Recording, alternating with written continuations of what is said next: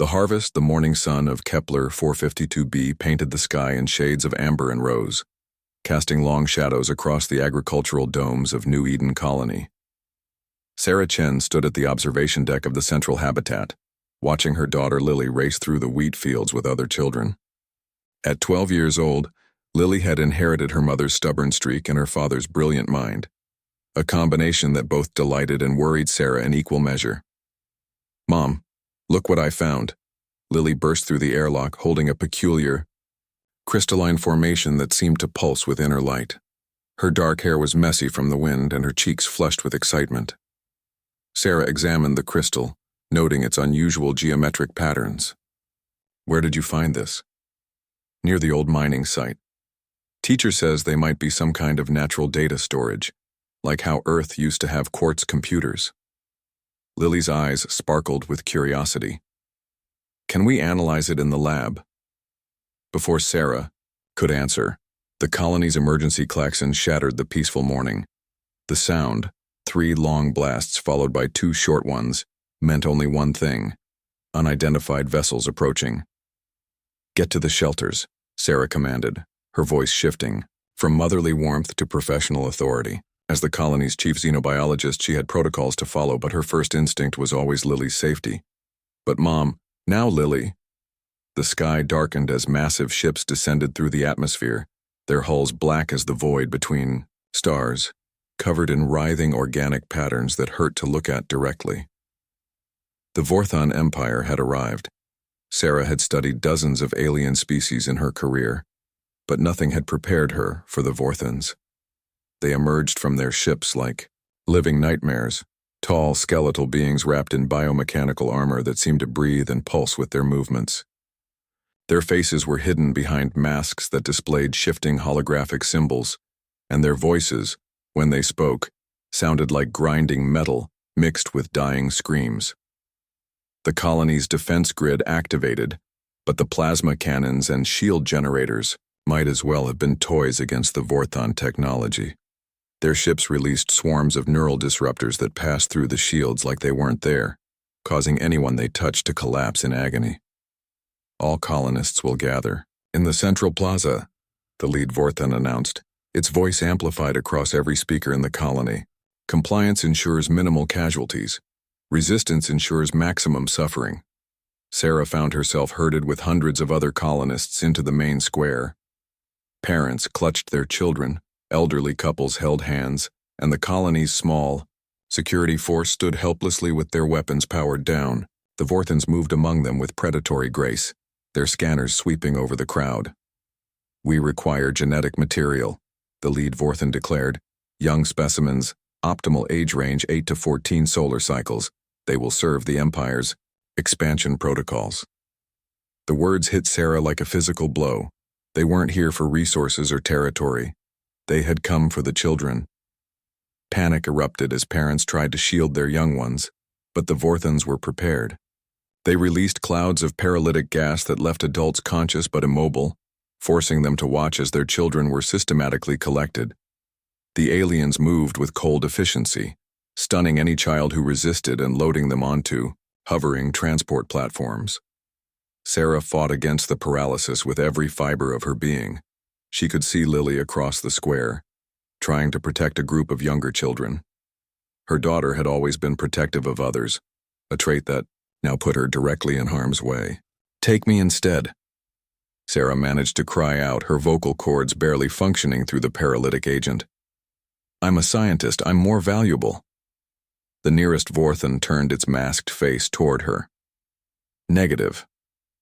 Adult specimens lack neuroplasticity, required for integration. Young minds adapt, adult minds break."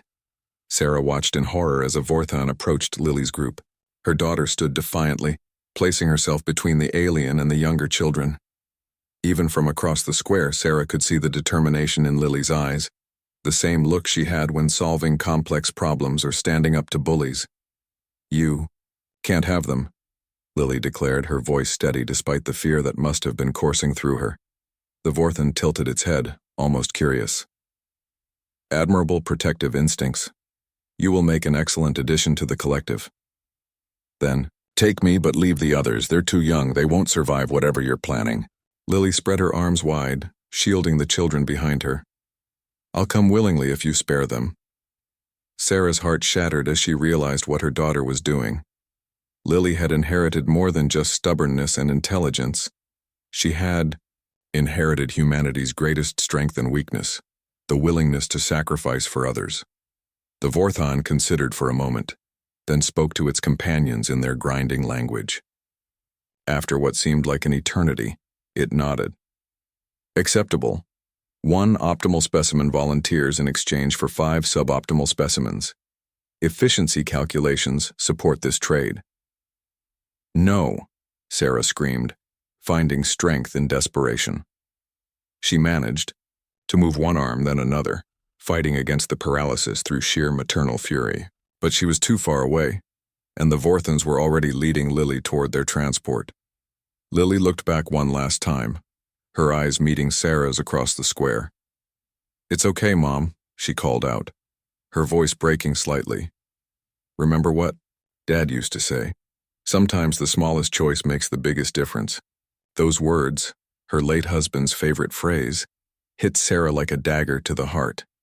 She watched helplessly as her daughter was loaded onto the transport with dozens of other children from across the colony. The younger ones, Lily had protected, huddled together, crying for their savior. The Vorthon ships lifted off with mechanical precision, leaving behind a colony of broken adults and traumatized children. As the paralysis wore off, the square filled with the sounds of anguish, parents calling for their stolen children, siblings crying for lost brothers and sisters, and the bitter taste of helplessness hanging in the air. Sarah collapsed to her knees, Lily's crystalline discovery still clutched in her hand. The object pulsed with that strange inner light, almost as if responding to her grief. Through her tears, she noticed something she hadn't seen before, tiny symbols etched into its surface that looked almost like star charts. Marcus Rivera, the colony's chief administrator, found her there an hour later. His own son had been taken, and his face bore the hollow look of a man who had lost everything. Sarah, I'm sorry. I'm so sorry about Lily. Sarah stood slowly, her grief crystallizing into something harder, colder. Get me a connection to Earth. Highest priority. Maximum encryption. Sarah, what are you? They think we're weak because we're scattered across the stars. They think we're easy prey because we're not unified. She turned to face him, and Marcus stepped back at the fury in her eyes. They're about to learn what happens when you take humanity's children. Within hours, Sarah's message was racing across the void toward Earth, accompanied by all the sensor data from the Vorthon attack. The colonial quantum communicator, typically reserved for monthly status updates, burned with the urgency of her transmission.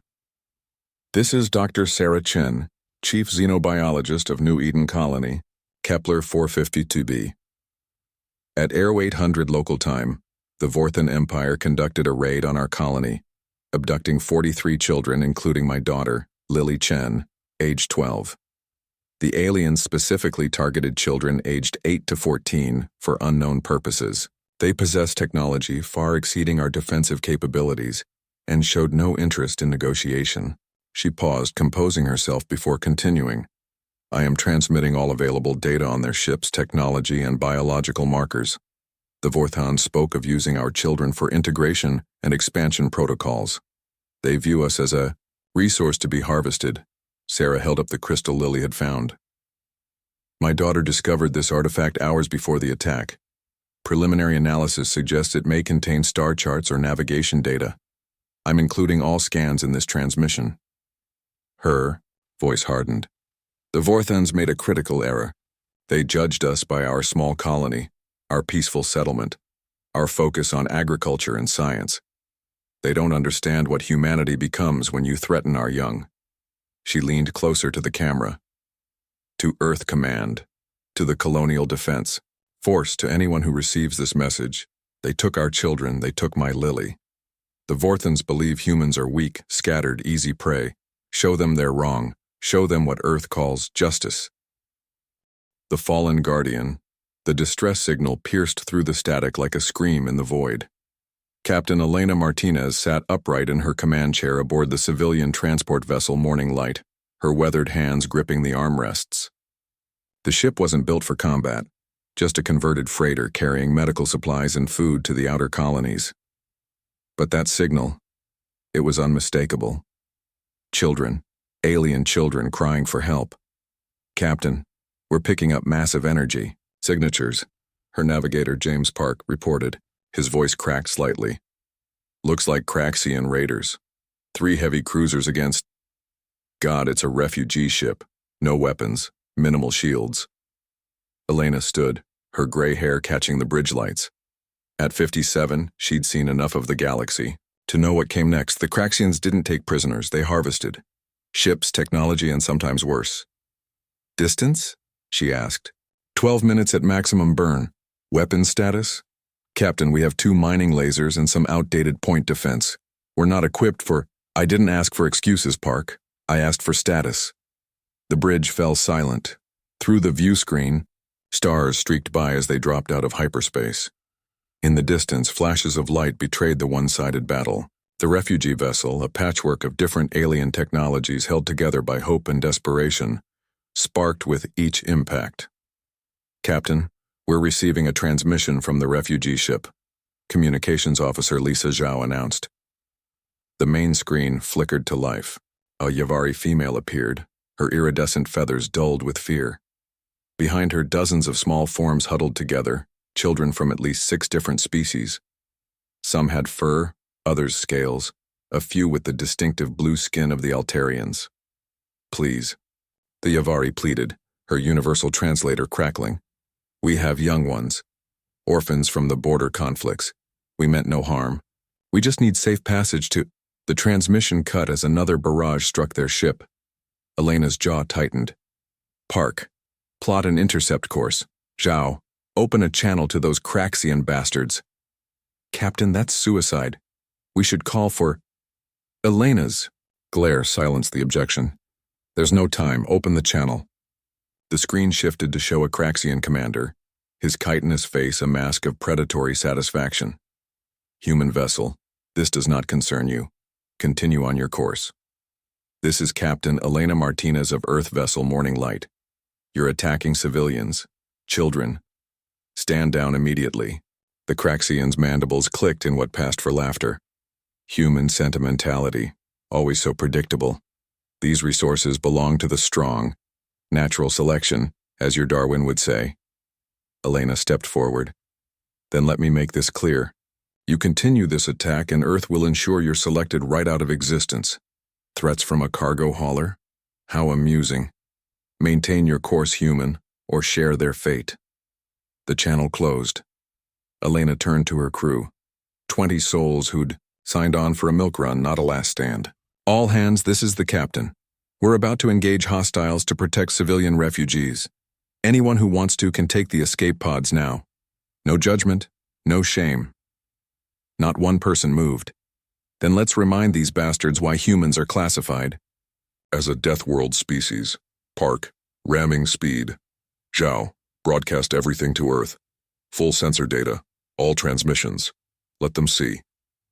The Morning Light surged forward, its aging engines screaming protest. The Craxian cruisers, confident in their superiority, barely acknowledged the approaching freighter until it was too late to matter. Elena positioned her ship between the raiders and the refugee vessel, absorbing the barrage meant for the defenseless. The bridge shook violently as shields failed and hull plates buckled. "Return fire, everything we've got." The mining lasers, never meant for warfare, carved desperate lines across the nearest cruiser's hull. Point defense systems sprayed projectiles, in futile defiance, but it was the ramming that did it. The Morning Light slammed into the lead Craxian vessel with the force of human determination. As the ships tangled and tore, Elena saw the refugee vessel's engines flare to life. They were running. "Good. Captain, hull breach on all decks." "Core, containment failing." Elena smiled. On the view screen, she saw the refugee ship disappearing into hyperspace. Safe. The children were safe. She opened a final channel, broadcasting on all frequencies. "This is Captain Elena Martinez of Earth. I want the galaxy to remember something. You threaten our young, any young, and we will burn ourselves to ash to stop you. Humanity protects, always. The morning light erupted in a sphere of nuclear fire, taking half the Craxian cruiser with it. Across the galaxy, monitoring stations registered the explosion. The Yavari refugee ship transmitted the full encounter to every civilized world. Some species called it foolish, others, noble. The cynical laughed at human weakness. But on Earth, in the depths of Strategic Command, Admiral Chen watched the final transmission with eyes like winter storm clouds. Around him, his staff stood in perfect silence. How long until the judgment? Fleet is operational, he asked quietly. 6 months for full deployment, sir. 2 months for advanced squadrons. Chen nodded. Activate Ghost Protocol. All dark sites, all black projects, everything we've kept hidden. Sir, the Senate just watched a human die protecting alien children. They'll give us whatever we want. Chen straightened his uniform. Send word to the shipyards. We're done pretending to be harmless. In the deepest military bunkers and orbital platforms hidden behind sensor ghosts, humanity's true fleet began to wake. Ships that violated 3 separate galactic treaties, weapons that bent physics into knots, technologies reverse-engineered. From a dozen conquered threats Earth had faced in its violent history, the galaxy had mistaken human kindness for weakness. They'd forgotten that Earth's children grew up on a world that tried to kill them daily. They evolved not in spite of predators, but because of them. Now they would remember why humans classified their own homeworld as a death trap, and why its children had become the galaxy's most efficient killers when threatened. The darkness between stars held its breath. Soon, it would echo with engines of vengeance. The Craxians had killed a protector of children. Now they would meet the species that invented the concept of total war.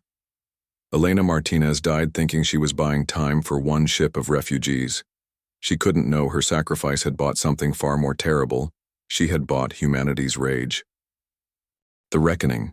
The Craxian commander Vrak studied the tactical display in his flagship's war room, his forearms clicking nervously against the metal table. 6 months had passed since the incident at the border. 6 months since that insane human woman had rammed his brother's cruiser. The galaxy had moved on.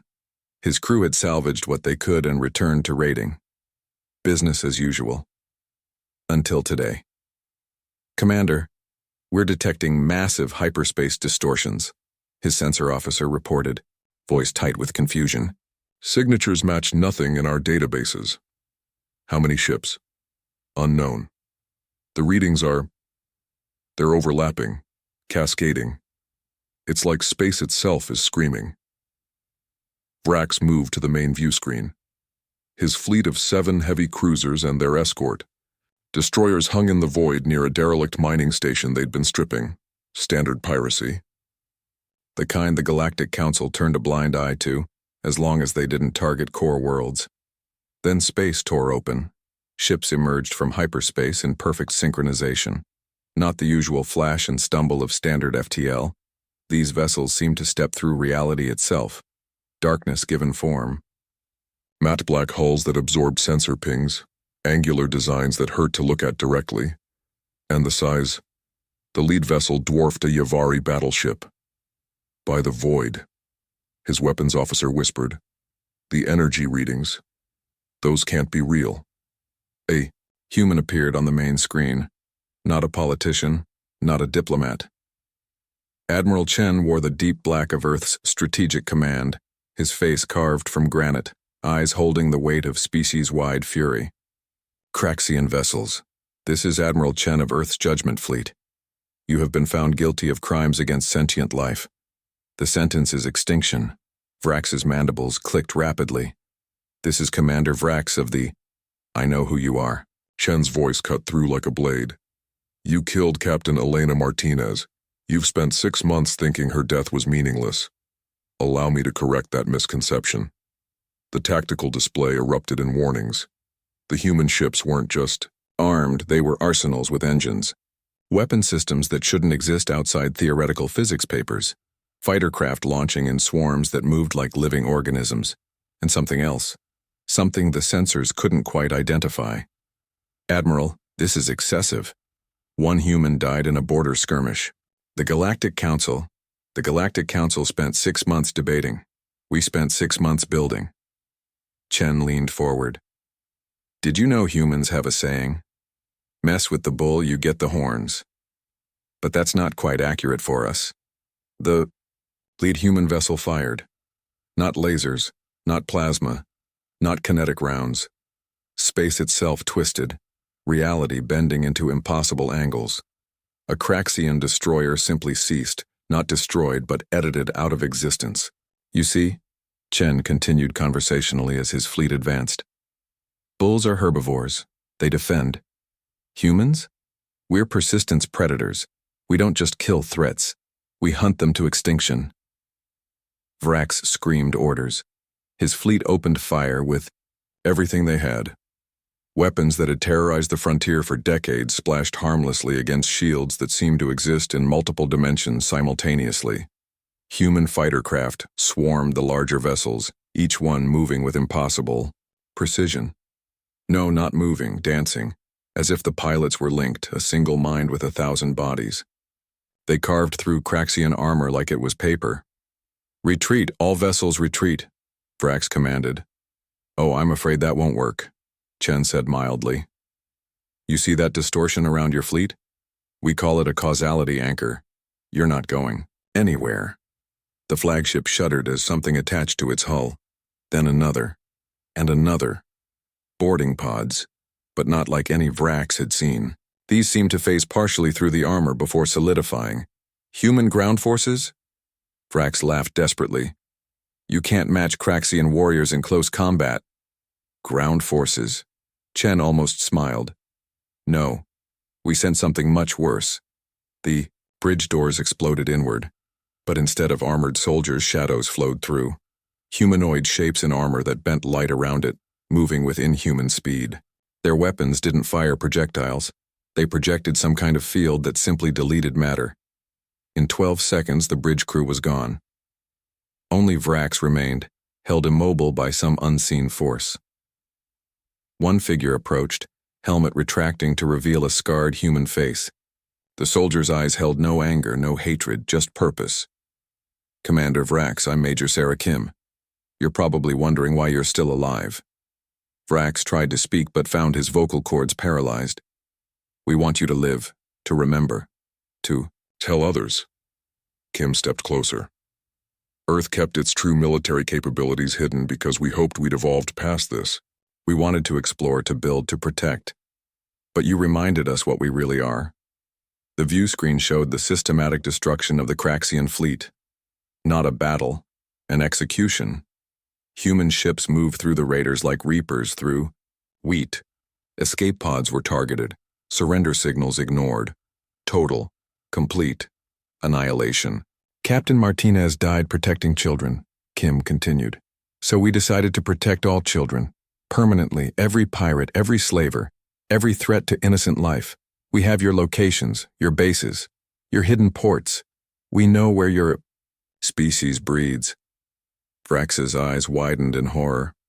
Oh, we won't xenocide you. We're not monsters. Kim's smile was worse than any threat. But your military, your raiding culture, your entire way of life, that dies today, and you get to watch your civilization castrated, generation by generation, until the name Craxian means pacifist in galactic common. The paralysis released. Vrax collapsed, gasping. Run along now, Admiral Chen said from the screen. Tell the galaxy what you've seen. Tell them Earth is done pretending we're not Apex. Predators. Tell them we've decided to protect everyone's children now. Vrax ran. Behind him, his fleet became expanding clouds of atoms. The age of human restraint had ended with a single death.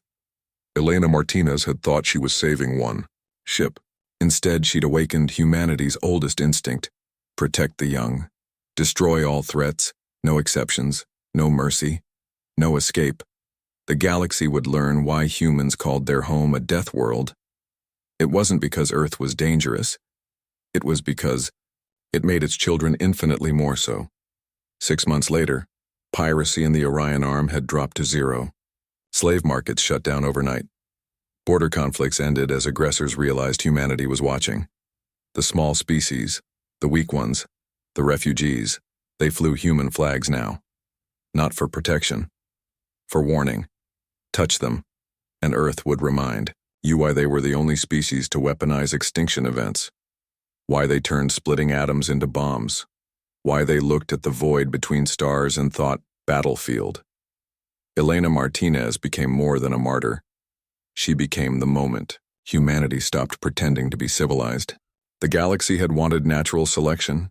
They got it. And humanity? Humanity selected violence. The memorial on Luna bore a simple inscription. Captain Elena Martinez. She died saving children. We're finishing the job. Below it, in smaller text, a promise to the cosmos. Humans protect always at any cost. The galaxy would never forget. Some called it justice. Others called it judgment. Humans just called it Tuesday. Because when you evolved on a planet trying to kill you, when you climbed from the mud through sheer spite, when you split atoms out of curiosity and reached the stars through explosions, what was one more impossible war? What was one more species learning why Earth's children smiled when they said, "We come in peace"? It was never a greeting. It was a choice. And the galaxy had just learned what happened when that choice was revoked. The Judgment Fleet still patrols, still watches. A reminder written in void black armor and reality-breaking weapons. Threaten our young. Any young. See what happens. The darkness between stars remembers Elena Martinez. Not for how she died. For what she woke up. Humanity. The species that invented mutually assured destruction as a diplomatic tool. The species that looked at extinction events and took notes. The species that turned their homeworld's murder attempts into a training manual. They were done playing nice. Welcome to the age of human protection. Terms and conditions apply. Survival not guaranteed. Results, however, are absolute. The children Elena saved grew up in a galaxy where pirates had become myths, where slavers were bedtime stories to frighten the wicked, where humanity's black ships ghosted through the void, silent guardians with extinction in their holds. They never knew her name, but they lived in the galaxy she bought with blood, a galaxy where human rage had become everyone's shield, where Earth's children stood watch in the darkness, smiling that terrible smile that meant, "We protect. Always." At any cost, even our own. Especially our own. The war was over in 6 months. The vigil would last forever. And somewhere in the void, Elena Martinez's sacrifice echoed through eternity. Humanity protects. Always. No exceptions. No mercy. No escape, just love weaponized into judgment, the most human thing of all.